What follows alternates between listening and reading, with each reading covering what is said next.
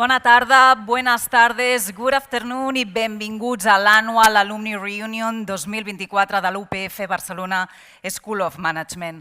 Estem encantats de rebre-us avui aquí, tenir aquesta oportunitat de reconnectar i reviure tots plegats part de la nostra etapa en aquesta escola. De fet, és un plaer poder estar aquí tots aplegats amb vosaltres i celebrar aquesta tan esperada Annual Alumni Reunion. Aquesta tarda us acompanyaré en aquesta trobada que estem convençudíssims que serà de gran inspiració. El que farem és que, de la mà de grans talents i antics alumnes de l'escola, abordarem temes de primer ordre, com és innovació, intel·ligència artificial, associacions en un entorn digital i global, però també sostenibilitat, canvi climàtic i molt més. Sona molt bé i per això el que volem fer és començar ja i per això convido a pujar dalt de l'escenari Liliana Alberto, Alumni Relations Manager, a donar-vos la benvinguda.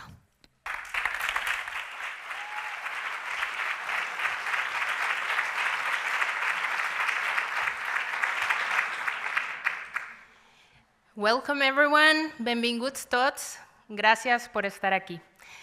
Today is a day that brings a lot of excitement to the school and to me personally. Seeing the auditorium filled with members of our alumni community brings a tremendous joy, and it's also a positive sign. It means that as a community, we want to stay close to the school and connected to everyone who forms a part of it. En nom de l'escola i especialment d'alumni, m'agradaria començar agraint-vos a tots la vostra assistència a la Annual Alumni Reunion. El claim d'aquesta trobada és Leading the Change i realment té un perquè. Tots vosaltres, membres de la comunitat alumni, des dels vostres diferents àmbits professionals, sou líders i impulsors del canvi i això com a escola ens omple d'orgull. Reiterem que des d'alumni tenim el compromís i objectiu de posar a la vostra disposició diferents eines i iniciatives enfocades a potenciar vuestro networking, la empleabilitat, lifelong learning y molt més. Esperamos que este evento sea un punto donde año a año podamos encontrarnos, actualizarnos y compartir sobre temáticas innovadoras y reflexionar de manera conjunta cómo podemos no solo cambiar, sino generar un impacto social positivo. Damos comienzo a esta reunión, esperamos la disfrutéis de principio a fin, que tengáis un evento inolvidable y este sea el primero de muchos. Recordad que la UPF Barcelona School of Management es vuestra casa. Muchas gracias y quedáis en este gran encuentro.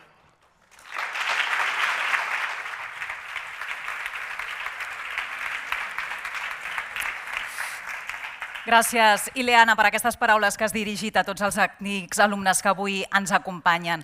Bé, ara seguim amb una de les intervencions més esperades d'aquesta reunió perquè conversarem amb el nostre key speaker de la tarda, en Toni Raurich-Marcet. Toni is the co-founder and managing director at Booking.com. He's also the founder of several travel and legal companies, ex-board member at Wallapop, Intercom and CaixaBank, as well as an investor in many others such as Vicio, Glamping Hub, Kanguro, to mention some. He holds a PhD in economics and is a father of 3 beautiful children. Demano, si us plau, un fort aplaudiment per en Toni. Bona tarda. Bona tarda. No sé si funciona això. Can I use a mic? Yeah. Good afternoon. Hello. Toni, thank you for being here today. Let's start with the questions because our time is limited and this topic is extremely interesting. So my first question is, what will be the main advances in AI that will become a reality in 2024?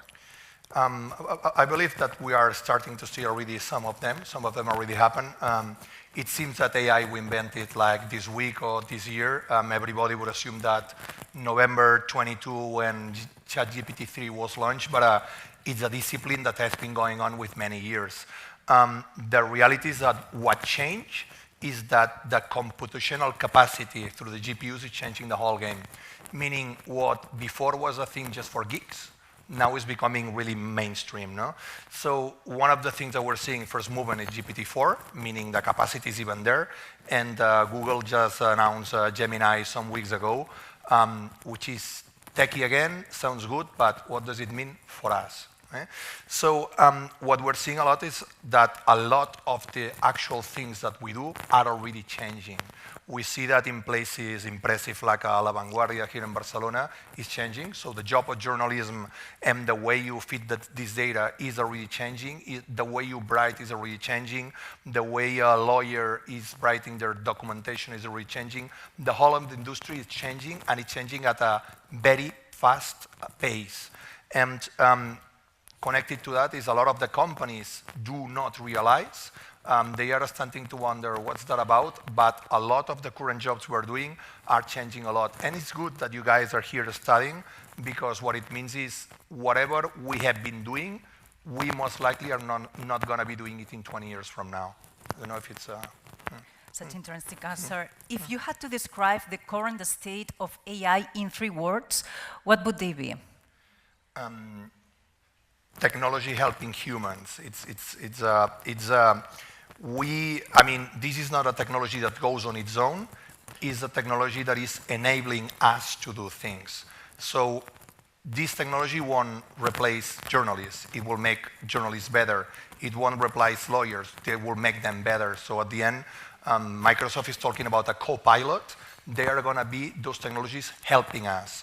But every time we're seeing more, it's like the convergence between humans and the technology. That's why I think that kind of reflects my view on it.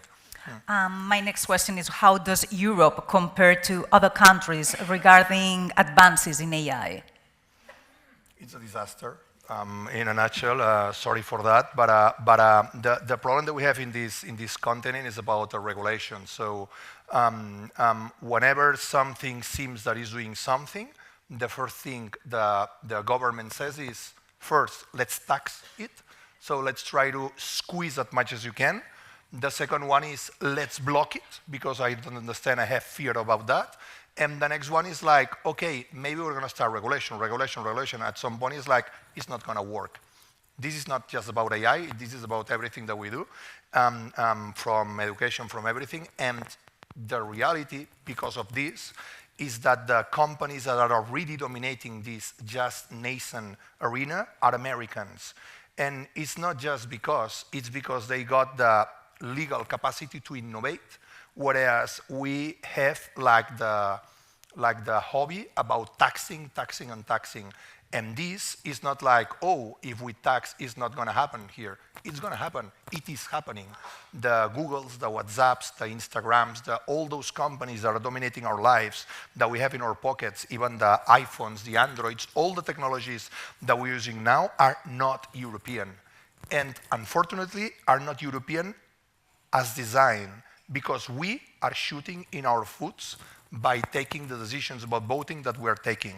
And it's not like we cannot keep ignoring it, because the more time that keep going on, the worse it's going to be.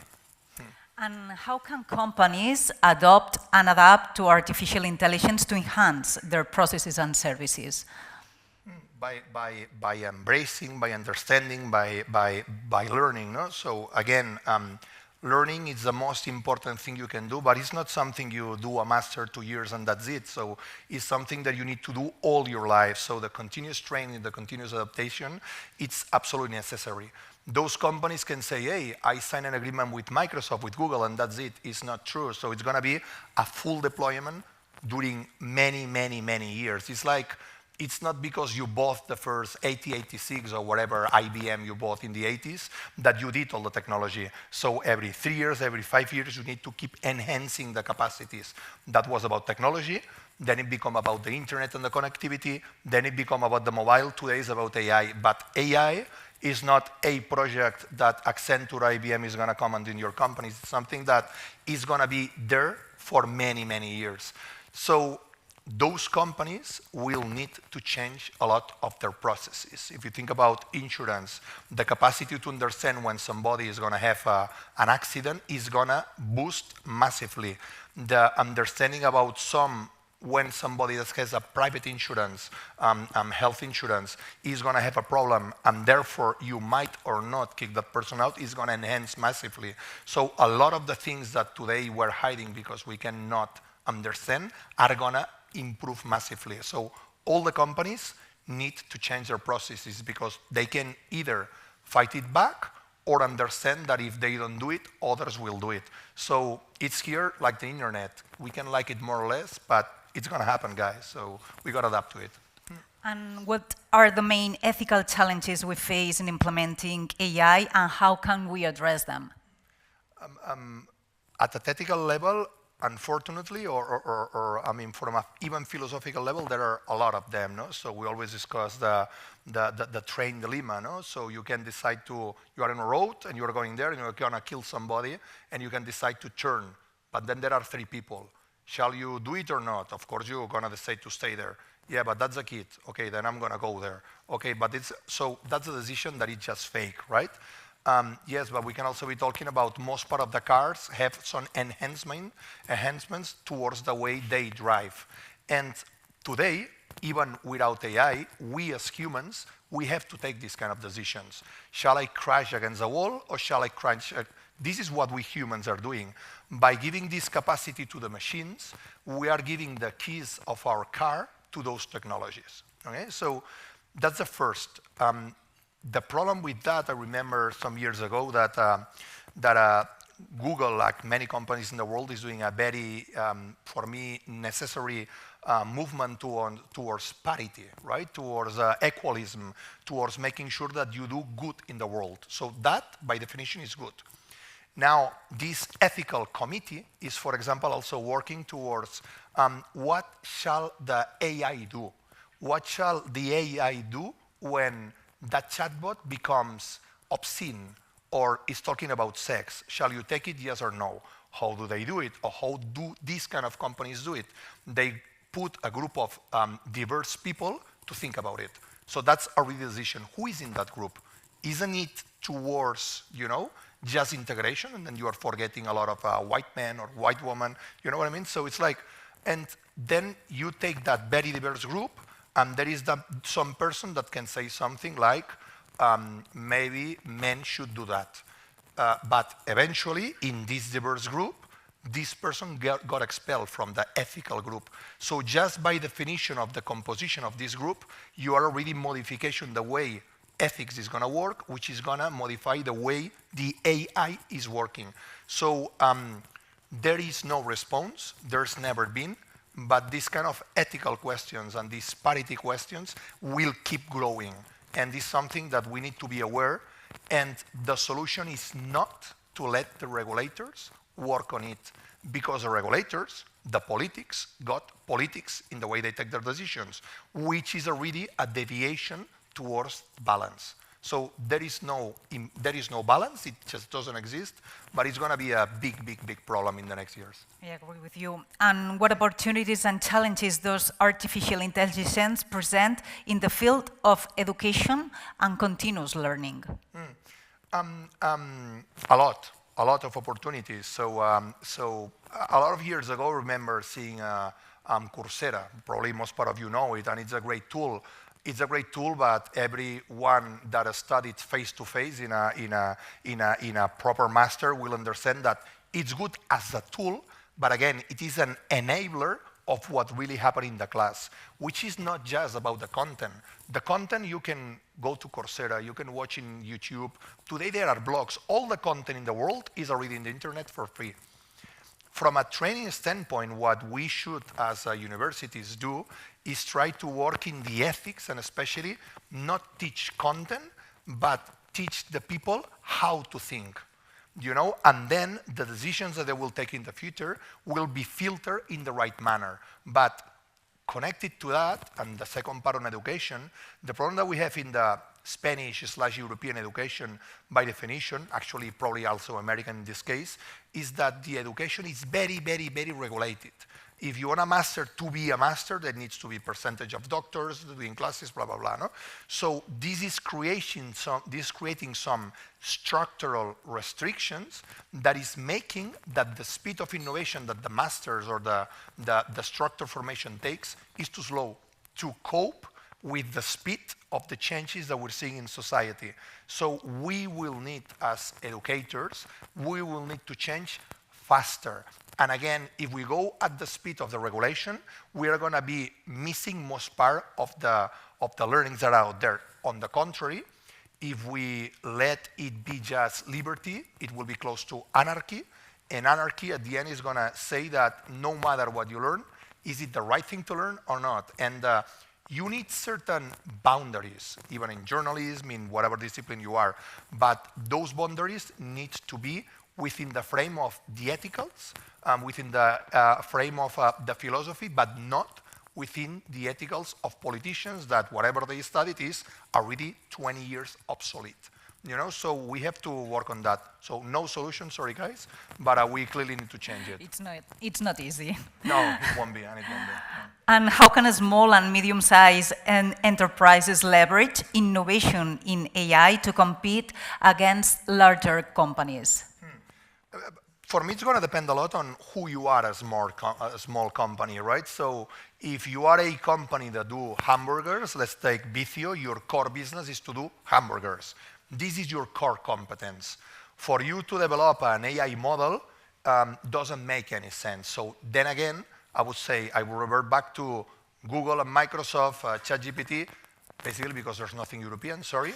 But it's better that you rely on third-party technology to enhance your core business. But if what you're doing as a company, as a new formatted company, is about technology, then you cannot outsource. So the first question you always have to take is it core competence for you, or is it a plugin? So for example, I externalize lawyers in my companies because it's not core competence, but if I am Garrigues or Cuatro Casas, I better have them in-house, right? So you're going to decide. By the way, I'm a journalist, so one of the eternal questions is when to be only freelancers, and especially if you are a large television, radio group, shouldn't you have everybody in-house? Should it be your core competence? I believe so. Yeah. How can innovation in AI contribute to sustainability and the mitigation of environmental impact? I can give you many replies from a prediction of how the world is going to heat and so on and so forth. Now, one of the problems there is that the computational capacity that needs to take place to solve some of those problems are going to hit the world, you know, and we can already see that some of those servers that do not exist, that we all use, if you use a mobile, if you use a laptop, is already there, all of those are creating a huge footprint in the world. So first of all, servers, the capacity need to solve most part of the AI problems, create a big footprint problem. And then the trade-off there is going to be, can it give solutions to many of the problems? Sure. At what cost? No? Here we can refer to some of the bigger experts in the world deciding how to solve the climate change, and they fly in private planes. So maybe there's going to be a solution, but maybe the cost of the solution of those very bright guys is not worth it. So yes, there will be solutions. Yes, AI is going to contribute to it, but we shouldn't be hiding the problems, which is some parts is better to let it go more than sort it out technology-wise, same as climate big conferences, if you know what I mean, because it can be worse than what it was. And well, my final question is, what is the future of AI and how do we anticipate and prepare for the upcoming changes? So the future of AI, as I said, is we are reading day one. We are only starting. So again, November 2022 for a lot of people is a start. It started like 10 years ago, but it's only the peak of what's coming. It's like asking in 1992, 1993 what the internet can do. it's going to change the world. It is changing the world. And 1992 in Spain, around 94, but the first Booking.com, the first 96, I believe, Amazon, maybe 96, 98, but those companies, even then, were neglectable in Spain. What I mean by that is it's going to take 20, it's going to take 25 years. Everything is still there to come.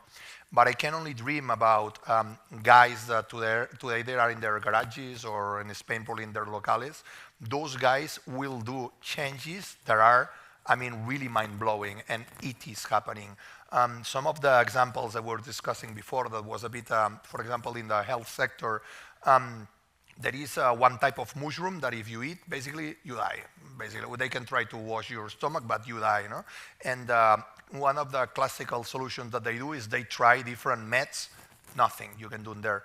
So what they did exactly the opposite. They basically feed all the data to a machine that was trained, machine learning. So eventually they put some computational models, which is AI, and they started deciding which was the best solution. There is one treatment that is to illuminate your organs while you have in operation, which has got obviously nothing to do with the mushrooms, that when you take it, suddenly it cures you from the intoxication of that mushroom. It's impossible, or nearly impossible, that a human can find correlation, a statistical correlation between those two facts. Now, with a lot of computational capacity, it is already happening. There is a lot of investigations of detections of cancers that some models, random models that Google is trying, is already identifying it better than very strong professionals. That's only in health. I can only think about people that is not paying their mortgages. You can really do a very heavy prediction about when that's going to happen by having better tools, no? Which you can say is the future. Well, Charles Schwab started on 90s doing exactly the same. So this will just become better and better and better and a skyrocket. That's going to destroy jobs, but my humanistic approach towards that is going to create a lot of jobs. And it's full of opportunities, so I really encourage you guys to study, think deeply about that, because most part of the models that are going to come will still be in the internet, but especially are going to be in AI. You know, and that's not, this is happening. So welcome to the future. Such an interesting topic. So Toni, after your answers, I think the audience has a more accurate idea on how AI will stick together for the upcoming years and how it will influence the professional environment. Yeah. Thanks a lot, Toni. Thanks a lot for your time, guys. Thanks. Marta. Bé, quin plaer comptar amb la col·laboració de perfils tan potents com en Toni. Això no es queda aquí. A partir d'ara arriben una sèrie de ponents que tampoc no us deixaran indiferents amb les seves alumni pils. Són experts, antics alumnes de l'escola de diversos àmbits i que compartiran amb nosaltres els seus coneixements d'àrees, per exemple, com sostenibilitat, canvi climàtic, també emprenedoria o dades. Són 4 intervencions contínues de 12 minuts cadascuna d'elles i que estem seguríssims que també ens inspiraran. No els volem fer esperar més. Arrenquem les Alumni Pils. Per això convido a pujar a l'escenari en Javier Donadeu, Head of Brand Narrative at Futbol Club Barcelona i alumni del màster en Direcció i Gestió de l'Esport. Endavant, Javier. Per passar aquí, no? Per passar les slides aquí. Bueno, què hi ha? Bona tarda a tothom. Se m'escolta bé? Sí, oi? Vale, bueno, perfecte. El meu nom és Javier Donadeu, vaig estudiar el màster en gestió esportiva aquí a l'escola, fa ja uns anyets, i des de llavors he estat aquí treballant al sector esportiu, vaig estar a Nike, vaig estar a Londres, una agència esportiva de jugadors, a Cosmos, i ara actualment estic al Barça al departament de marca. Llavors, una de les coses que més em queden clar del nostre sector, i jo crec que és una cosa que es pot aprendre a altres sectors, que és un sector de moments. Sobretot, fem una mica de memòria, no sé aquí si hi ha molts culers o no, però són moments que jo crec que tothom recordem i moltes vegades, jo ho dic, quan estem amb l'equip es fa un calendari de campanyes, un calendari de comunicació, però moltes vegades tu jugues tot en aquella final o en aquell partit que pots no saber que passarà res. Aquest gol del Sergi Roberto és un bon exemple, i has de moldar-te una mica i preparar-te per poder reaccionar o capitalitzar aquells moments. Llavors, us he portat 2 exemples avui de 2 moments que han passat aquesta temporada. Aquestes són 2 gràfiques de Google Trends, 2 coses que han passat aquest any al voltant del Futbol Club Barcelona, i per dates, no sé si algú s'atreveria esbrinar què podria ser. No ho he posat molt obvi, però crec que tampoc és molt complicat. Bueno, ja us ho puc comentar jo. Primer de tot és l'Aitana bon matí. Aquell pic de cerques és quan va guanyar la Pilota d'Or. I aquesta segona gràfica és el Vitor Roque i clarament parlem de l'anunci i el derbi i la presentació. Aquesta va ser curiosa. Normalment es presenten els jugadors abans del debut. Aquí per tema calendari va ser diferent i veieu que el pic, com que durarà una miqueta més, perquè van ser 2 dies seguits. Per què us poso això? Sobretot per un tema de... Tenim un calendari, nosaltres tenim, com qualsevol empresa, moments de llançament de samarretes, Nadals, etc. I ho tenim molt quadrat i allò també ens en juguem tema comercial, però hi ha coses, moments, que poden passar o no poden passar, després parlarem, que has d'estar preparat per treballar-ho. És a dir, l'Aitana bon matí teníem la sort que teníem bastant clar que guanyaria la Pilota d'Or, però no podia guanyar-la, i el Vitor Roque estava fitxat des de l'estiu, teníem clar que arribaria, però fair play financer i de més, no teníem clar si podria ser aquest hivern i quin dia. Llavors, és aquesta part de ser màrqueting reactiu o real-time marketing que li diem, però a la vegada també amoldar-se i preparar els plans una mica per quan els llançaràs i no tant què o com ho faràs. Nosaltres ens basem molt a les campanyes o a les accions poder-les fer de forma reactiva. Llavors us porto aquests 2 exemples. El primer és el de l'Aitana bon matí, va guanyar la Pilota d'Or. Vam tenir la sort que sabíem que si tot anava bé la guanyaria i així que vam poder planificar i és una mica també jugar amb el percentatge d'oportunitats que pugui tenir èxit aquella campanya, perquè, per exemple, en el cas de l'Aitana, una de les coses que vam fer és pintar un mural a Sant Pere de Ribes. Això va ser la nit del 30, el dia 31 el mural estava pintat al poble i una de les màximes que teníem com a equip era que el dia següent tenia que passar alguna cosa. Vam mirar fer lones, fer altres accions, però per tema de calendaris, limitacions o pressupostos passaven a 3, 4, 5 dies endavant i sí que entenem que les coses, les notícies i sobretot el futbol, són superefímeres i volíem estar aquella setmana o aquells dies parlant de la Pilota d'Or de l'Aitana. A nivell de comunicació de xarxes, el futbol sempre s'ha sigut molt reactiu, però estem treballant una mica en allargar aquest moment on no treballar només aquesta cobertura en xarxes socials. Llavors, una de les accions que vam fer va ser aquest mural, el qual va tenir molt èxit i, de fet, ara comentàvem que per la nit estaven treballant per comunicar-ho i ja va arribar la premsa abans de poder fer la foto, era de nit, 7 del matí, premsa ja esperant per connectar-se i parlar del mural i van demanar una mica d'espera per poder fer la foto bé amb il·luminació i tot. Però després no ens vam quedar aquí i va ser una setmana que me'n recordo, l'Aitana era una mica, estic aquí fent un road tour amb la Pilota d'Or, no va ser només això, vam anar a una botiga, va presentar la Pilota d'Or al Johan Cruyff a un partit del femení, va anar a un partit de l'equip masculí a Montjuïc i també posem una mica de part d'aquesta planificació i ser una mica real-time marketing o ser una mica reactiu, aquesta foto amb el Leo Messi, que va ser la foto més vista jo crec per tothom i va ser una mica com apropiar-se a la història. La Pilota d'Or és de l'Aitana, ja estem molt orgullosos i l'ha guanyat ella i com a club també volem tenir un punt de vista i aquí era una mica, l'ha guanyat l'Aitana, però és una jugadora de la Masia, ho celebrem, però també expliquem que és una persona formada a la Masia. Vam tenir la sort, que el Leo també el va guanyar aquest any, sense ser jugador del Barça, sí que és jugador de la Masia, així que teníem una mica la història per explicar i també vam aprofitar-nos una mica d'aquest moment per amplificar el missatge, perquè també podem entendre la capacitat d'ampliar la notícia que té un personatge o una persona com el Leo Messi. I després també vam fer una passa més enllà i sempre que estem fent aquest exercici és tota aquesta part més de comunicació la tenim molt més clara o molt més en el món de l'esport, però sempre anar una passa més enllà i buscar aquella pata comercial o una part de retorn econòmic que tal com està el club estem també amb molt foc a trobar aquesta pota per poder tornar. Tenim un partit a Montjuïc contra el Real Madrid per 2 setmanes més endavant. Què vam fer? Vam aprofitar aquell moment i tothom que passés per la web del Barça, mailing, tot el mailing o totes les comunicacions que utilitzàvem per felicitar l'Aitana d'aquesta Pilota d'Or, aprofitàvem per enviar aquest missatge. Aprofita, sigues tu, vés a Montjuïc i celebra aquesta Pilota d'Or amb la nostra jugadora. És una campanya que va anar perfecta, va anar tant per xarxes com per mail, inclús van fer paid, i va ser un autèntic èxit perquè realment les dates de conversió quan tu expliques una cosa que és del moment són molt més altes. O sigui, el mateix descompte estava per altres vies, però perquè el missatge era Aitana, pilota d'or, vine a celebrar-ho amb ella, va ser espectacular.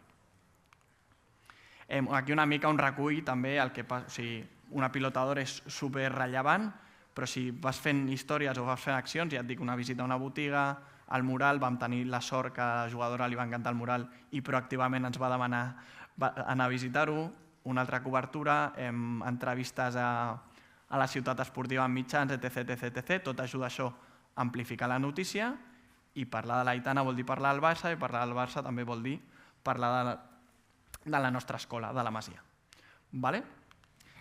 I per últim, també volia parlar que es Vitor Roque és una mica diferent, però sí que també ens volíem per aquí.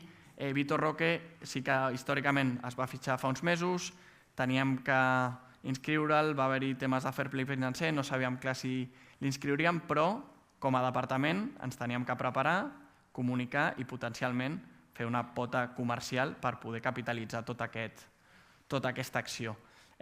Sí que històricament cobrir l'arribada dels jugadors i les presentacions sempre es fan. Aquest any, no sé si vau veure el vídeo que vam fer amb el Tigre caminant per Montjuïc, que es va fer viral, es va aprofitar per fer una mica de soroll de tota aquesta acció, i també ens va passar el que parlàvem. Un cop tens la notícia, intentar capitalitzar-la d'alguna forma. Ens van posar al cap molt clar que un cop comuniquéssim oficialment que el Vítor era jugador del club, faríem una promoció molt agressiva per donar la benvinguda al jugador i veure'l debutar a Montjuïc. Amb la casuística en aquest cas teníem una mica de por o dubtes perquè el debut a Montjuïc seria al cap d'un mes. De fet, el primer partit va ser el 28 de gener i això estava passant finals de desembre, principis de gener. La nostra sorpresa va ser que aquests descomptes, una mica no tan agressius però sí que existien, estàvem al voltant de 800-900 entrades venudes al dia. Vam fer aquesta acció, la pròxima setmana una mitjana per aquests 4 partits de 4.000-5.000 entrades. Només canviant una mica el missatge i explicant una mica si al moment estava parlant de Vitor Roque, adaptar el missatge i parlar d'aquest jugador i convidant a la gent a venir a l'estadi. Quan comento tots aquests casos amb companys, amb amics que no estan a la indústria, moltes vegades em diuen, vale, però tot això està molt bé, però teniu molta part de feina, què passa si no surt? Una mica aquest risc de, jo tinc un calendari, tinc el meu Black Friday, tinc el meu Nadal, això passarà sí o sí. Aquestes, jo ho dic una mica, que és un sector que va per onades i tu has d'agafar aquesta onada com si fessis una mica de surf i has de buscar aquesta onada. Què passa? Que no pot haver-hi. O pot intentar anar a buscar la onada i que no sigui la que tu t'esperes. I aquí sí que els hi faig una reflexió sempre i és m'agradaria veure un dia, jo crec que amb els companys de sector, m'agradaria veure els plans de màrqueting o de comunicació que tenim de tots aquests equips que no van guanyar casos tan clars. Aquí he volgut posar totes les finals de Champions League que el Barça ha participat. L'Arsenal, el Manchester, la Juventus, tots els equips estic segur que tenien plans de màrqueting tant de comunicació com de brand espectaculars, però es van quedar al calaix per motius obvis i això no deixa de ser una cosa per la qual no deixem de treballar. És a dir, podem estar 3-4 mesos preparant un pla que no acabi passant perquè el resultat no acompanya, però això no ens deixa fer que preparem el treball perquè sí que considerem que tot ens ho juguem en aquests moments que havíem comentat al principi. I fins aquí. Moltes gràcies.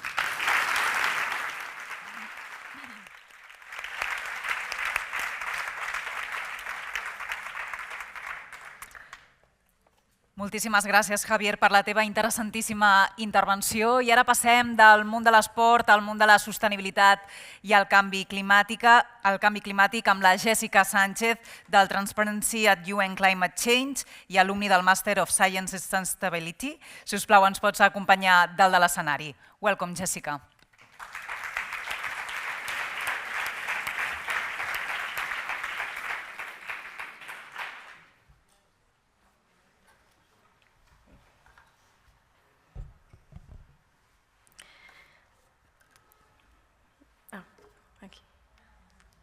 Okay. Well, Houston, we have a problem. But no, it's not the one you think I will talk about. If you're sitting here, I think you understand that science is facts and not opinions. And that's why I'm not going to explain what climate change is real. I also believe that you understand that to achieve the goals of the Paris Agreement, we need everyone on board, not only governments.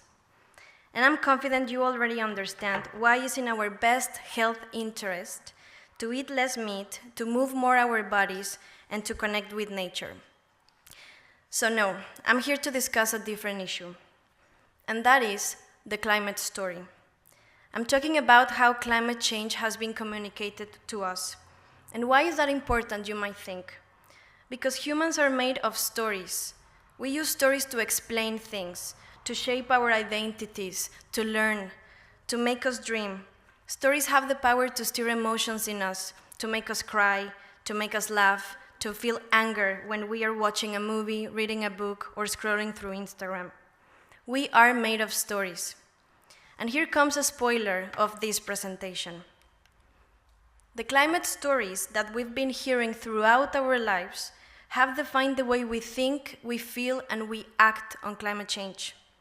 To understand this, I want to take us back to where this story actually began.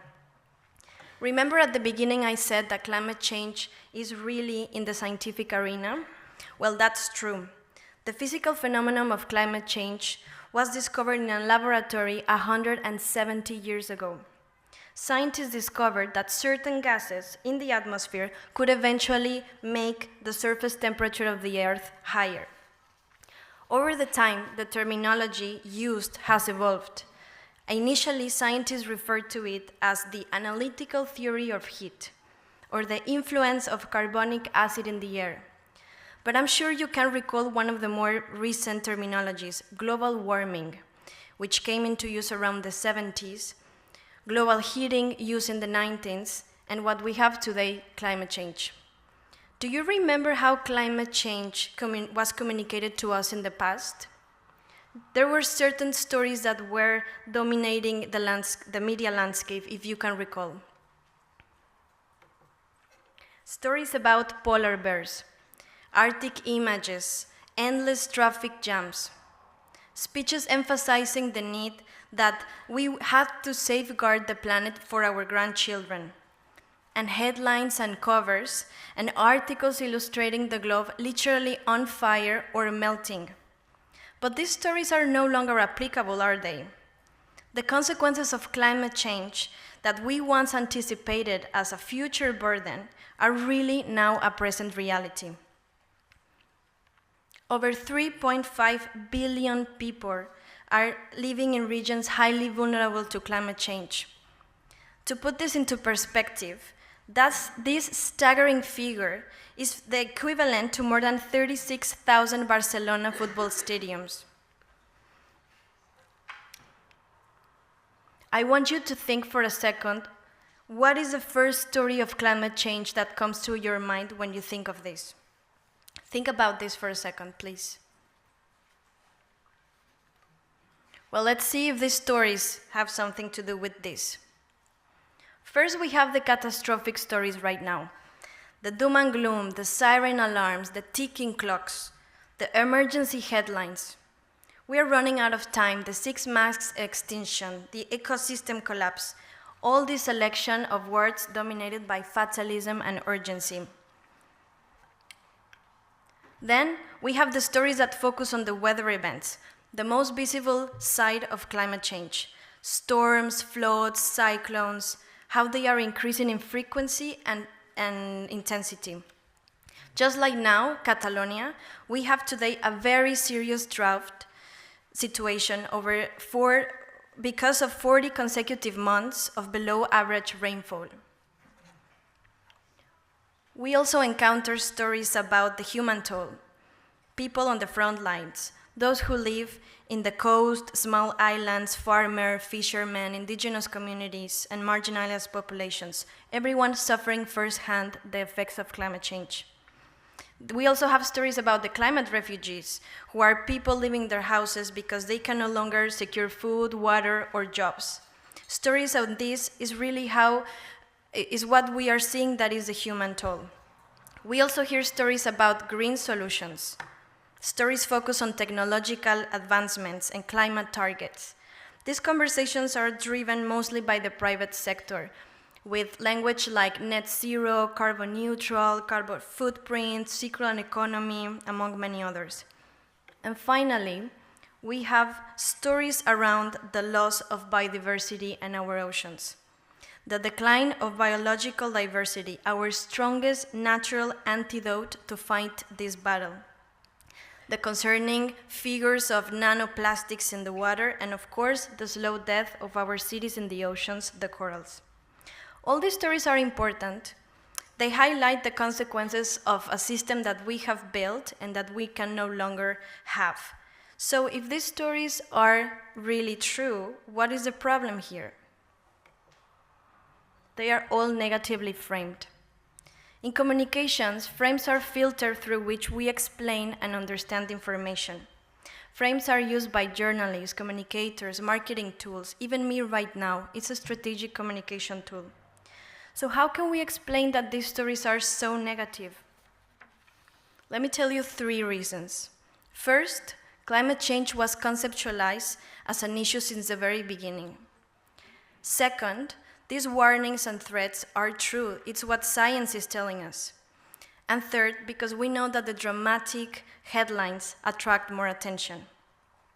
And this is a huge problem because when we use negative frames when talking about climate change, we get the opposite of what we need. Instead of fostering action, we are creating barriers. Receiving information through a lens of fatalism, urgency, and negativity results in climate inaction and eco-paralysis. It makes us believe that the problem is just too big to be solved. Have you ever felt that you already have enough problems to worry about this? Have you ever felt that climate change doesn't really affect you because you don't live in the Arctic, you don't live in the Pacific, you don't live in Tuvalu, the first nation that is becoming digital because it prepares to disappear in the next decades? Have you ever avoided talking about climate change because you feel that your friends don't really understand what you think? Or have you ever felt that recycling, taking your bag to the supermarket, or reducing water consumption is really not going to make any difference?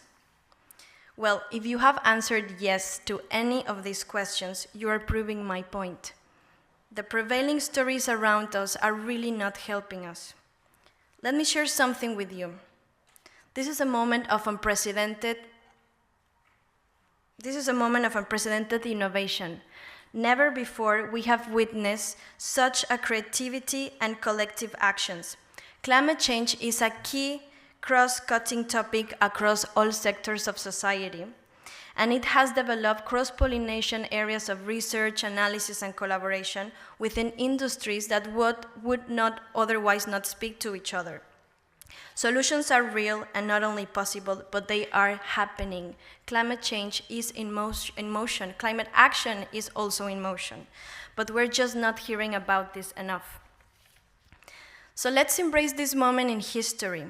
Everyone in this room, we all have different backgrounds, we dream of different things, we have different aspirations. This is the richness of our world. We are a very diverse society. But we keep hearing stories of climate that really don't connect with us. I've been told that we are about 300 people today, from lawyers to economics, from doctors to journalists, from accountants to entrepreneurs. I want to ask you, what are we waiting for? There is no challenge more important than this one, and it's right in front of our eyes. Let's change the narrative and create new stories. We need to move from climate issue to climate opportunity. Climate change is an opportunity for entrepreneurs to develop technologies and services that can challenge the status quo. It's an opportunity for business to rethink their supply chains and how can they take into account the communities around them. It's an opportunity for architects to help us revolutionize the spaces where we live and where we love. It's an opportunity for psychologists to help us navigate the mental toll of children and young people and how can we overcome climate anxiety. And it's an opportunity also for chefs as they can make fine dining sustainable and offer seasonal menus. No matter what you do, there is an opportunity. So the next time you hear the usual climate stories, I hope that you can resist the automatic response of fear, disengagement, and inaction. Instead, think of all the opportunities available in our sector, in your sector, no matter what you do, what your background, or what you've studied. I hope that you can think of them, but more importantly, I hope that you can go out and find the tools to be part of this moment in history, a moment of transformation and innovation. I guarantee you that this will be the most powerful skill of our generation. Thank you.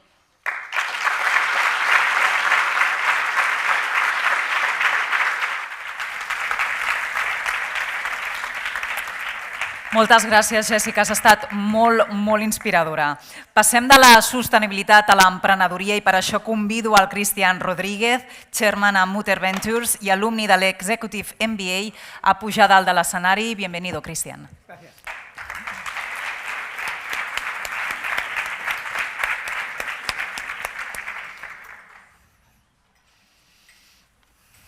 La estadística mundial dice que el 50,4% de la gente que estáis viendo este vídeo sois hombres, con una edad media de 30,5 años, que el 15,5% no creéis en ninguna religión, que el 49% lo estáis haciendo desde vuestro smartphone y concretamente un 33% en horario laboral. Y te preguntarás, ¿a qué vienen tantos datos? Y por eso queremos contarte nuestra historia personal con los datos y la estadística. Ahí va. Somos Mutter Ventures, un venture builder dedicado a la creación de startups. Sí, ese tipo de empresas muy jóvenes, tecnológicas y de alto potencial. Si buscas sobre startuperos seguramente leerás muchas cosas, pero como resumen te diríamos que donde nosotros decimos que estamos cambiando el mundo, otros dicen que somos unos auténticos flipados. Pero no nos desviemos y vayamos a lo importante. La historia de los datos y las estadísticas. Hace unos días, por casualidad o causalidad, empezamos a reflexionar y filosofar, pero con datos. Nos encantan los datos. Y vimos que el 30% de nuestro tiempo lo pasamos en el trabajo. Pero no solo eso, sino que el 70% de las personas definimos nuestro propósito en la vida a través del trabajo que escogemos. Y una vez allí, el 57% nos sentimos más felices por el hecho de tener amigos en el trabajo.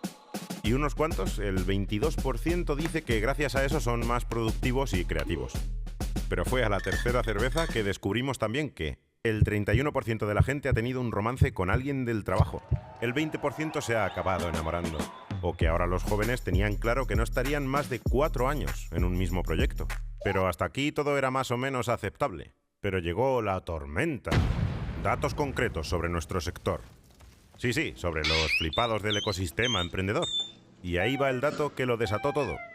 El 90% de las startups fracasan. Sí, el 90%. Para que lo entiendas, es como si cada 7 días que te levantases de la cama, 6 te dieras con el dedo pequeño del pie en la esquinita del mueble que hace que veas las estrellas. Y en ese momento nos preguntamos, ¿qué hacemos nosotros tan felices de estar trabajando en un lugar así? ¿Era normal? Pues sí. Resulta que el 64% de la gente que fracasa vuelve a empezar de nuevo otro proyecto. Y que cada fracaso incrementa en un 10% las posibilidades de conseguir llegar al éxito. Pero vale, los que llegaban, ¿cómo lo hacían? Y ahí descubrimos que todos tenían cosas en común. Mentalidad positiva, aceptación del fracaso, fuerte ética, pasión, talento, adaptabilidad. Y entonces fue cuando llegamos a 3 conclusiones. La primera, que en Mutter Ventures habíamos conseguido construir nuestros pilares fundamentales en base a los valores que nos ayudarían no solo a llegar al éxito, sino a disfrutar por el camino. La segunda, que las estadísticas las condicionamos nosotros. Nosotros somos las estadísticas. Y la tercera, que nos alegramos mucho de ser del grupo de flipados que quiere cambiar el mundo. Únete a nosotros y cambiemos las estadísticas.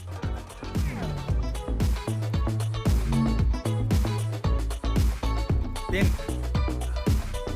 pues hola a todos, empiezo con este vídeo porque cuando hablamos de emprender muchas veces mola, pero queremos ser siempre muy realistas los emprendedores, y es que emprender es un auténtico lío. Y no solo un lío, sino que es un lío en el cual empiezas y sabes que lo más probable es que fracases. Y que fracases a tope, que quiere decir que puedes tener deudas, problemas con la familia porque no te va a entender, problemas con inversores, puedes llegar a tener un problema importante contigo mismo, muchas cosas. Por tanto, hoy os voy a contar muchas cosas y es probable que al final digáis, oye, mola emprender, pero quería empezar con vosotros antes de nada dando el aviso.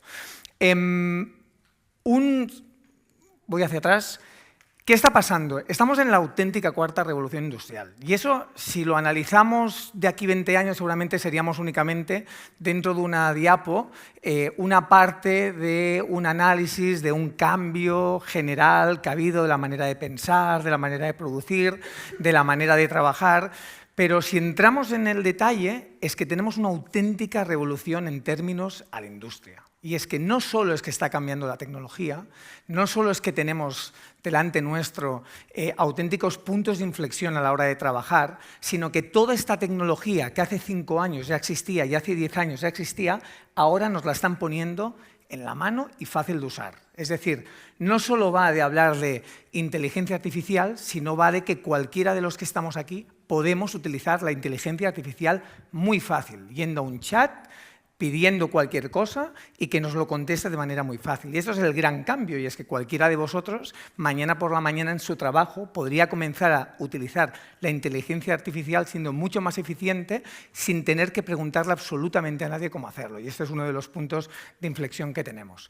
Y no solo va de nueva tecnología, va de que las nuevas compañías que han nacido en los últimos años, y digo nuevas compañías porque si os fijáis, las compañías que tienen las marcas más valiosas y que están revolucionando sus sectores, muchas de ellas no tienen más de 20 años. Es decir, que estamos comenzando a ver que esto ya no va de compañías que llevan toda la vida haciendo las cosas de la misma manera, va de compañías que han cambiado la manera de hacer las cosas y que en muy poco tiempo han conseguido cambiar. Y estas compañías que tienen 20 años significa que las que se están creando hoy seguramente en 5, 6, 7 años pueden volver a ser las más valiosas de su mercado. Y esto es realmente un punto y un punto para analizar, porque cuando hace 15 años seguramente había muchos presidentes de compañías y muchos CEOs pensando, bueno, estos son unos chavales que están intentando cambiar el mundo, hoy se dan cuenta desde sus sofás que esos chavales que intentaban cambiar el mundo están liderando sus sectores y cambiando las normas. Por tanto, todo esto se acelera muchísimo.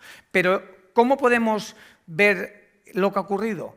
Pues haciendo una visión de que las compañías líderes en sectores tan importantes están cambiando porque también está cambiando la manera de valorar las compañías desde el punto de vista de los consumidores. Fijaos que estas compañías que son líderes en sus sectores han demostrado que la gestión de los activos ya no va de cómo gestiono yo ese activo determinado que tengo en mi balance. No, cómo soy capaz de convencer a un cliente para que use un servicio o un producto que ni siquiera es mío. Es decir, la intermediación en los sectores ha demostrado que puedes llegar a tener mucho más valor que las propias compañías que dan ese producto de manera física. Hoy, Priceline, la propietaria de Booking.com, tiene muchísimo más valor que las 4 principales compañías hoteleras juntas. Es decir, uniríamos todo el tocho y todas las toallas, los jaboncitos, todo lo que queda de todas las piscinas y valdrían menos que la compañía que consigue convencer a la gente para que vaya a ese hotel. Y eso es un punto de inflexión a la hora de ver los negocios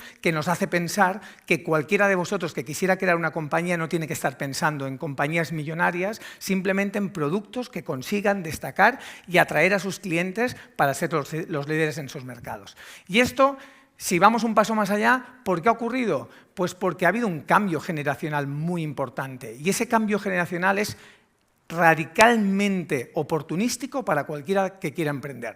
¿Por qué? Porque hay nuevas generaciones y esas nuevas generaciones piensan distinto, sienten distinto, consumen distinto, se comunican distinto y eso significa que a medida que van evolucionando las generaciones, también van evolucionando los negocios y las oportunidades. Es decir, cuando ahora oímos una oportunidad que es, bueno, es que ahora la gran oportunidad es la gente mayor, porque ahora vivimos mucho más, porque se jubilan, porque hay mucho tiempo. ¿Y cuál es la oportunidad? Pues que a esa gente hay que darles servicios y hay que hacer que consuman. Pero de aquí 10 años, esa gente que va a estar en la misma situación va a pensar totalmente distinto y va a buscar cosas totalmente distintas. Es decir, no solo es que hayan generaciones que van evolucionando, sino que esas generaciones también cambian la manera de comprar, la manera de pensar y la manera de sentir. Por tanto, esta oportunidad no solo es puntual, sino que tenemos que ir arrastrándola con el tiempo.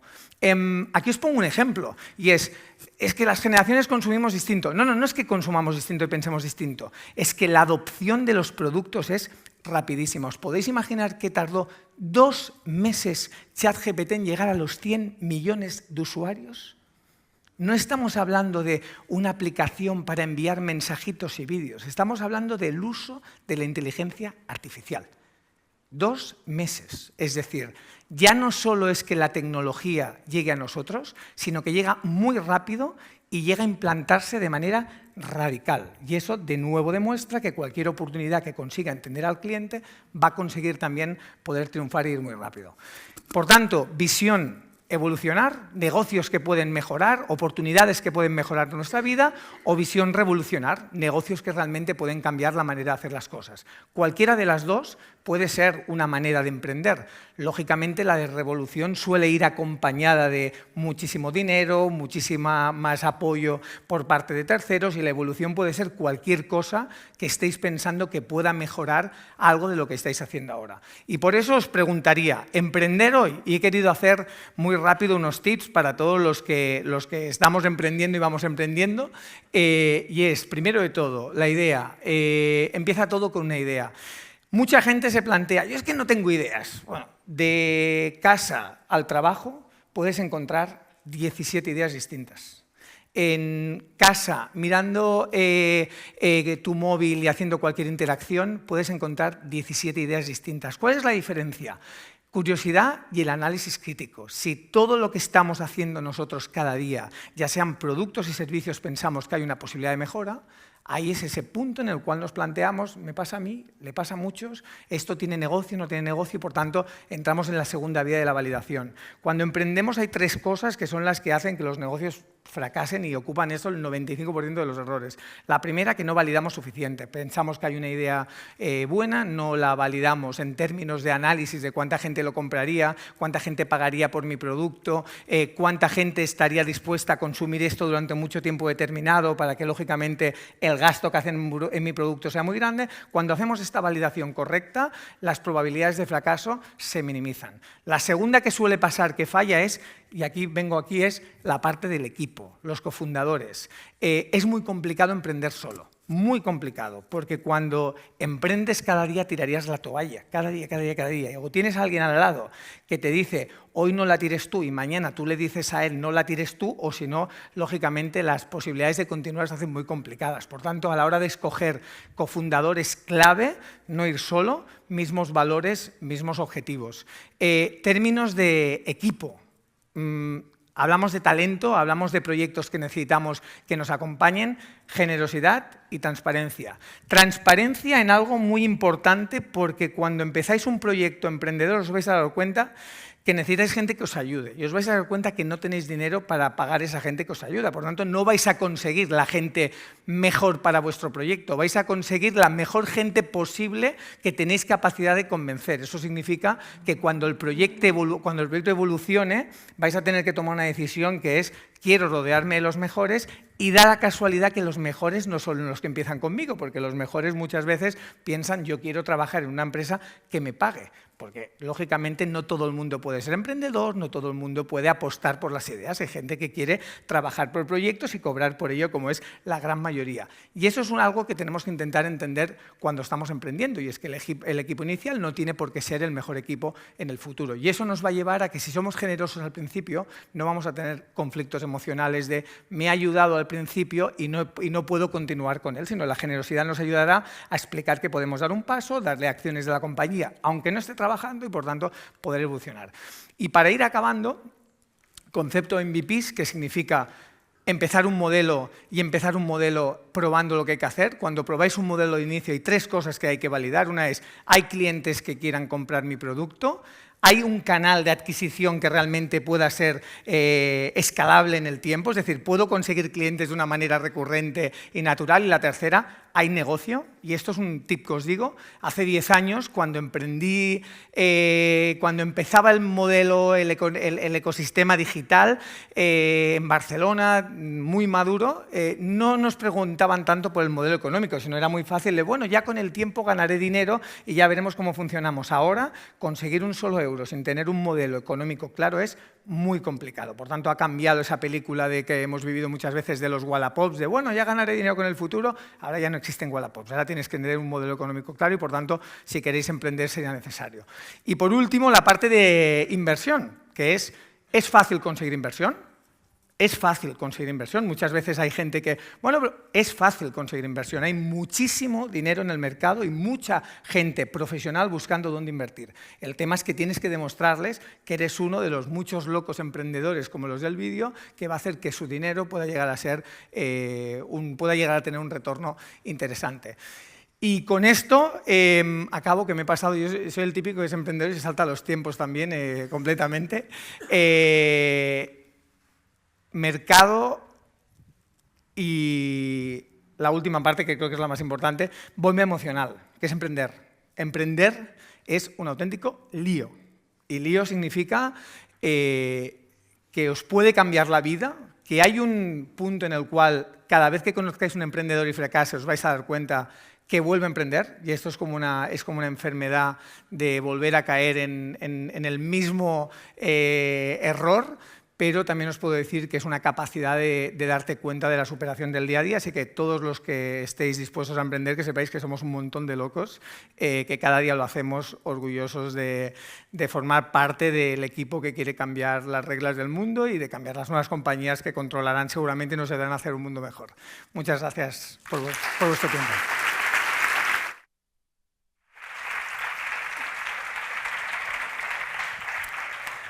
Moltíssimes gràcies, Cristian, per aquesta intervenció tan apassionant. Anem amb l'última Alumni Pil. En aquesta ocasió dono la paraula a la Marta Illa com Managing Director and CFO a Min Korean Cosmetics i alumni del postgrau de Direcció Comptable i Control de Gestió.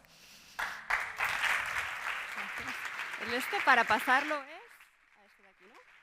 Para pasar y de tal, ¿no? Bueno, pues buenas tardes, yo soy Marta Illa, como Managing Director de CFO en Min Cosmetics. Primero de todo, dar las gracias a Eliana, a Adrián y al equipo de la BSM por invitarme a estar hoy aquí con vosotros. La verdad es que me hace mucha ilusión. Y quiero hablaros brevemente del Big Data en aplicaciones en empresas medianas, pequeñas, para transformar lo que viene siendo la información en estrategia. Y bueno, me he pasado una, perfecto. Yo la verdad es que estudié aquí el posgrado de Dirección Financiera y Control de Gestión, que me ha servido mucho para mi día a día, para mi carrera, para hacer una buena base.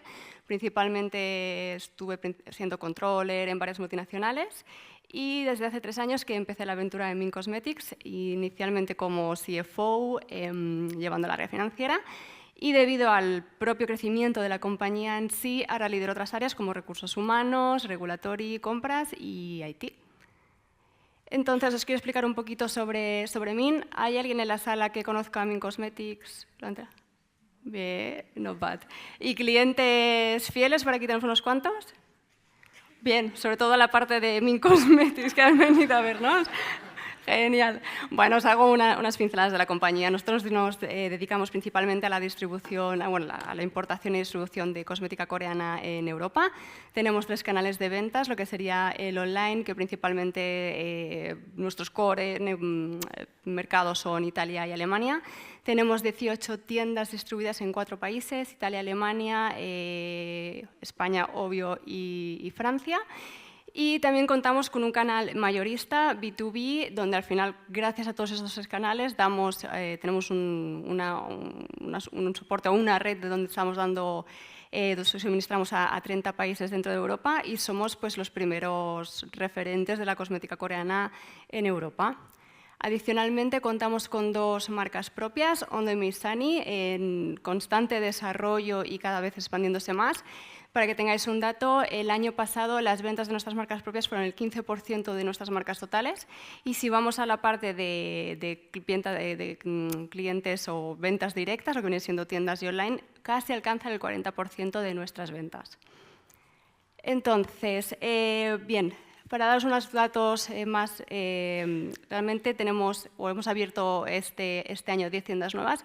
Se dice rápido, tenemos 18, pero casi en 9 años solo teníamos 8, por lo que hemos hecho un push bastante grande.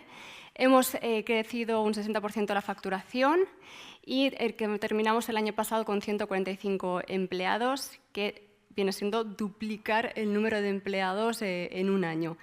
Y tenemos los grandes planes de expansión donde en los próximos 4 años queremos llegar a tener 100 tiendas en Europa y, por supuesto, por lo tanto, convertirnos cada vez más en este referente de la cosmética coreana en Europa. Entonces, ¿cómo vamos a hacerlo, no? ¿Cómo hemos llegado aquí? ¿Cómo vamos a hacerlo?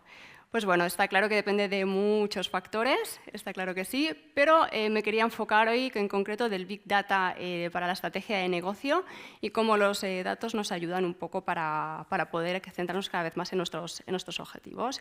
No quiero entrar en muchos tecnicismos ni ser específicamente técnica porque tampoco es mi core business, pero sí daros unas pinceladas en general de todo este maravilloso mundo del Big Data y cómo lo utilizamos nosotros en Min Cosmetics. Primero, quería comentaros un poco qué necesitamos o qué es la información que necesitamos o con la que contamos. Puede estar clasificada como interna y externa. Interna, principalmente, pues es todo lo que se obtiene de la casa, in-house, de nuestro propio negocio. En Min Cosmetics, un poco la parte más fuerte sería todo lo relacionado con ventas, que lo obtenemos desde nuestra página web, nuestros APIs de tiendas y también toda la información de ventas que vienen de nuestros clientes B2B. También está toda la parte de la contabilidad, no la contabilidad del debe y haber típico, sino realmente llegar a una contabilidad analítica fuerte, donde realmente entendemos todo tipo de datos relacionados con proveedores, inversiones, CAPEX, incluso pues, con todo lo que viene siendo la fuerza de los trabajadores o la parte de payroll. Y luego también toda la parte relacionada con los usos y el comportamiento de los usuarios en nuestras páginas web y también cómo reacciona toda nuestra comunidad a redes sociales. Ya si voy a la parte de la información externa, en Min Cosmetics, bueno, se entenderá obvio que es puesto esta información que no la puedes conseguir in-house, sino que la puedes comprar o alquilar a terceros. En Min Cosmetics, como tal, no usamos o no hemos explorado todavía mucho esta vertiente, pero sí que utilizamos un software de local management que lo que nos ayuda es a estudiar la demografía y lo que viene siendo el comportamiento y el tráfico de personas, todo relacionado con demografía, principalmente en España. Entonces, ahora sabemos que tenemos cierta información y para qué la necesitamos, principalmente para responder preguntas. Serán estas de diagnóstico o predictivas. Si estáis más o menos familiarizados con la jerga financiera, de diagnóstico podríamos decir que son o se puede asimilar a toda la información actual o reales, es decir, todo lo que ha pasado, lo que ya tenemos, que nos va a ayudar un poco a conocer más nuestro negocio.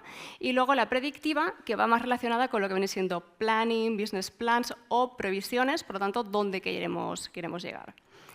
Entonces, ahora ya sabemos que tenemos información y que queremos responder preguntas que necesitamos hacer mientras tanto. Pues bien, o que vamos a necesitar precisamente para llegar a estas respuestas. La primera es que vamos a necesitar una infraestructura pues, para el almacenaje de datos.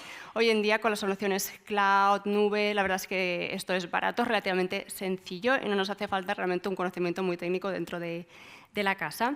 Luego, obvio, para gestionar toda esta información de la infraestructura necesitaremos herramientas.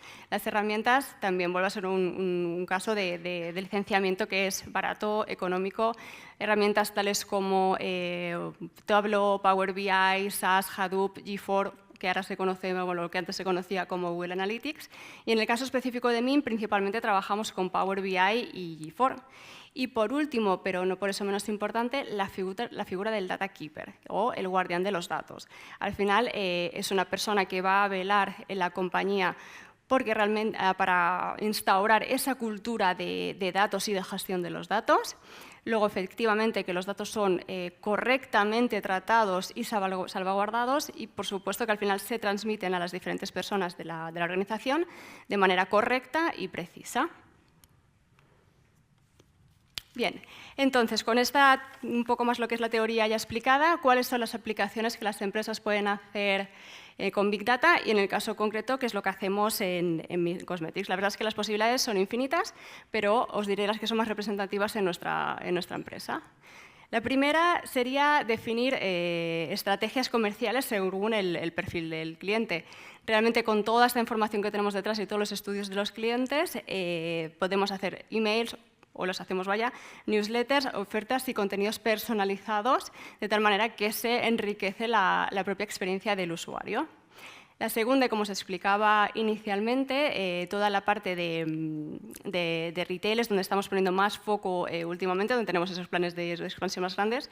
Por lo tanto, utilizamos, en este caso, toda la información externa para encontrar las mejores localizaciones y precisamente con esto poder saber que vamos a poner e invertir nuestros recursos en las mejores localizaciones posibles para tener el mejor retorno.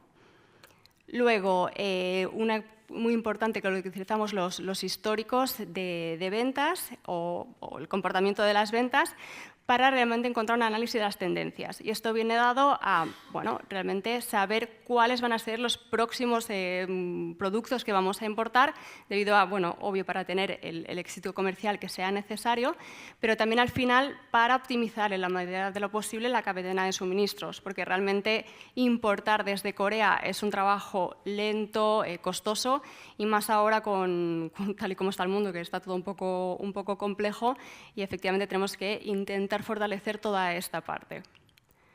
Otro uso que hacemos en Min es que tenemos, gracias a la data, información a tiempo real, de tal manera que podemos ir viendo y monitorizando día a día, hora a hora, la información de ventas, en el sentido de si vemos que no se llega, que hay algún tipo de desviación o algo por el estilo, podemos tomar acciones correctivas, medidas, aplicar descuentos, free shippings, para efectivamente encontrar medidas y poder llegar a las ventas o a los objetivos que tenemos en mente. Y por último, pero no por eso menos importante, tener un análisis financiero de calidad, que además es la parte que a mí más me gusta como por mi deje de controller. Y gracias a esto en Min Cosmetics tenemos cierres de calidad, información financiera de calidad, donde analizamos márgenes por canales, tenemos PLs por canales, incluso por tienda. Y realmente al final pues toda esta información, estos cierres, toda esta parte más contable nos ayuda cada vez más a conocer nuestro negocio y a poder ir con esto en buena línea a todos los planes de expansión que tenemos. Y ya por último, y un poquito para terminar, transmitiros la importancia de la cultura de datos y de implementarla bien en las empresas para impulsar la innovación y el crecimiento sostenible de las mismas compañías. La Big Data nos ayuda a conocer, tomar las decisiones y a poder anticiparnos a las necesidades propias del negocio.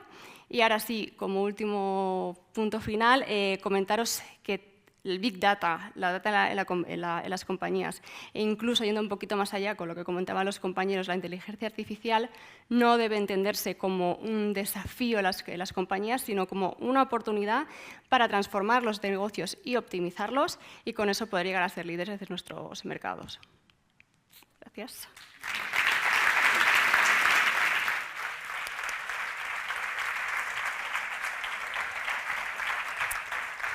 Moltíssimes gràcies, Marta, i moltíssimes gràcies a tots els alumnis per aquestes intervencions tan inspiradores i per haver format part d'aquesta trobada tan especial de l'Annual Alumni Reunion. És un honor i un plaer veure el gran talent que formem a la casa. És una realitat, ells i tots vosaltres sou la millor prova de l'excel·lència de la UPF Barcelona School of Management, i per això vull demanar un fort aplaudiment per ells, per haver participat.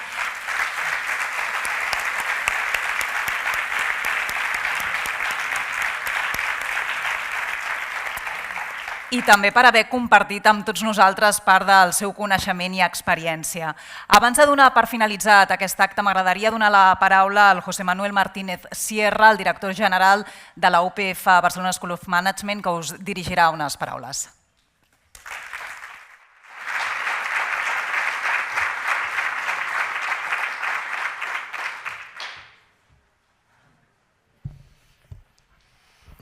So we are arriving, almost getting there. Thank you so much for being here, and congratulations for being part of this community of talent that you all belong to. Lately I'm thinking a lot about movies. It might be because they are coming now. Everything, they go these Goyas, Oscars, and so on and so forth. And you could probably build, that has been suggested for some of our speakers, stories and short movies with all the presentation and ideas. So far cosmetics is concerned, I'm not such a big consumer, but I already checked that you have a good sunblock. Since I have freckles, I'm a big user of that, so I will go. And I didn't find the body lotion, but I'm a big fan of massages, so I also may go for that. But sustainability and new technologies, entrepreneurship, with that, of course, the school and myself personally have a lot of short stories. So my first, coming to your question, my first moment with sustainability was when I had to pay my tuition fees. And I got the best paid job I got without much skills at the time was going to a recycle plant where I have huge garbage to deal with, pretty smelly, but it was a game changer in my life. I realized I have to go to knowledge. The reason why I got that job is because I got injured. I played in a younger divisions of a soccer team, which is my team, by the way. It's also in the first league, in the Premier League here, but it's not Barca. It's more red and white, and I believe yesterday we lost against another red and white team. That was I always was waiting for being in that momentum of success in soccer, but lucky enough, particularly for my mother, never trust much about soccer. I got injured, so and through this recycling experience, I got into knowledge and education, which is actually my passion, and I actually owe everything to that. And building on that, my first connection, real connection with entrepreneurship and innovation, and the crazy, smart, and beautiful people that are changing the world, was when I moved, and last time I moved to the States, I was hired at the Harvard University, and then I was around guys there, and MIT, and Boston greater area, and then is when I realized that those who actually put knowledge and effort and resilience and risk, they do change the world. But always education and going forward, and as you say, get the wave. You were saying, speaking about Barca and momentums in marketing or publicity. And this was also I had my first real experience with artificial intelligence, and I'm still actually involved there with the blockchain and fintech initiative, and from there is where I got my real first artificial intelligence experience, and how, in particular, in big transversal projects, I saw the application. But the most important thing I learned there was something that I think we have to get back, is that the most important thing in an institution are the people, and higher education are the students and our alumni. This is what I learned the most when they told me this is such a great faculty there, and I say, no, the real great thing there are students, that those are the best things. And when I come back and they have me here at Pompeu, I haven't noticed a huge difference between those students there and the students we have in our classroom here.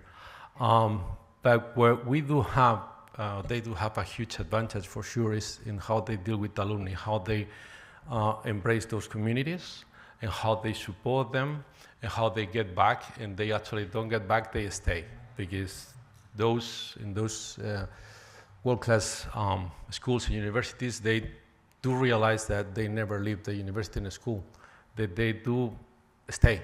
They don't come back, they stay. They stay in terms of supporting the professional networks, reskilling, upskilling, teaching and turning what they got.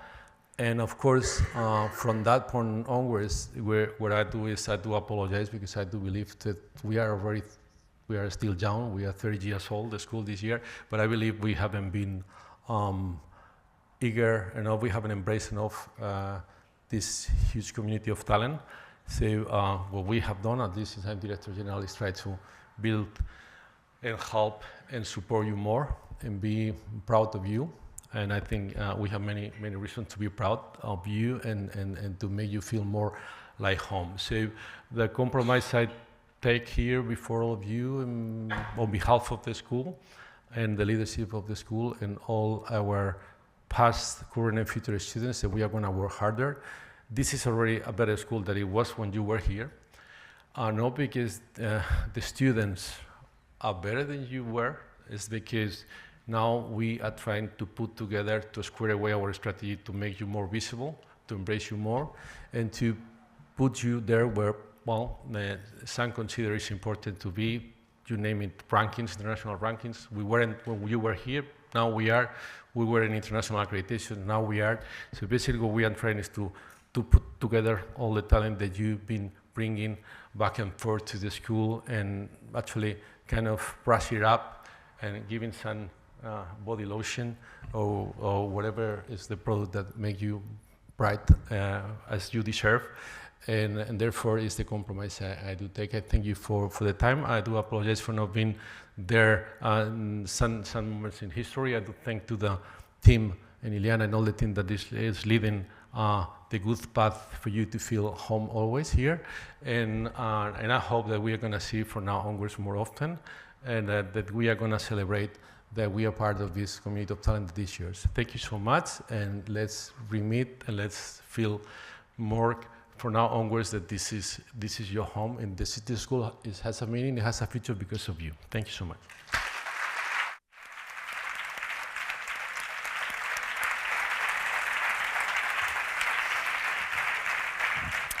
Bé, moltes gràcies, José Manuel. No sé vosaltres, però jo m'ho he passat d'allò més bé. Marxo amb molts coneixements nous, marxo inspirada i també ho he de reconèixer emocionada per haver pogut formar part d'aquesta trobada tan especial. No ens queda res més que en nom de la UPF Barcelona School of Management agrair-vos la vostra assistència i també recordar-vos que aquesta escola continua sent casa vostra. Gràcies pel vostre compromís i gràcies pel vostre entusiasme. Esperem que hagueu gaudit d'aquesta tarda i també esperem veure-us a l'Alumni Reunion de l'any vinent. Ara us convidem a pujar dalt de la terrassa, recordo, això és a la 6ª planta, per compartir d'un moment distès, amb música, bon ambient i, el més important, tots junts, amb tots els que avui ens hem aplegat aquí. Res més, gràcies a tots i fins al proper any. Thanks a lot, everyone. See you next year. Gracias a todos y hasta el próximo año.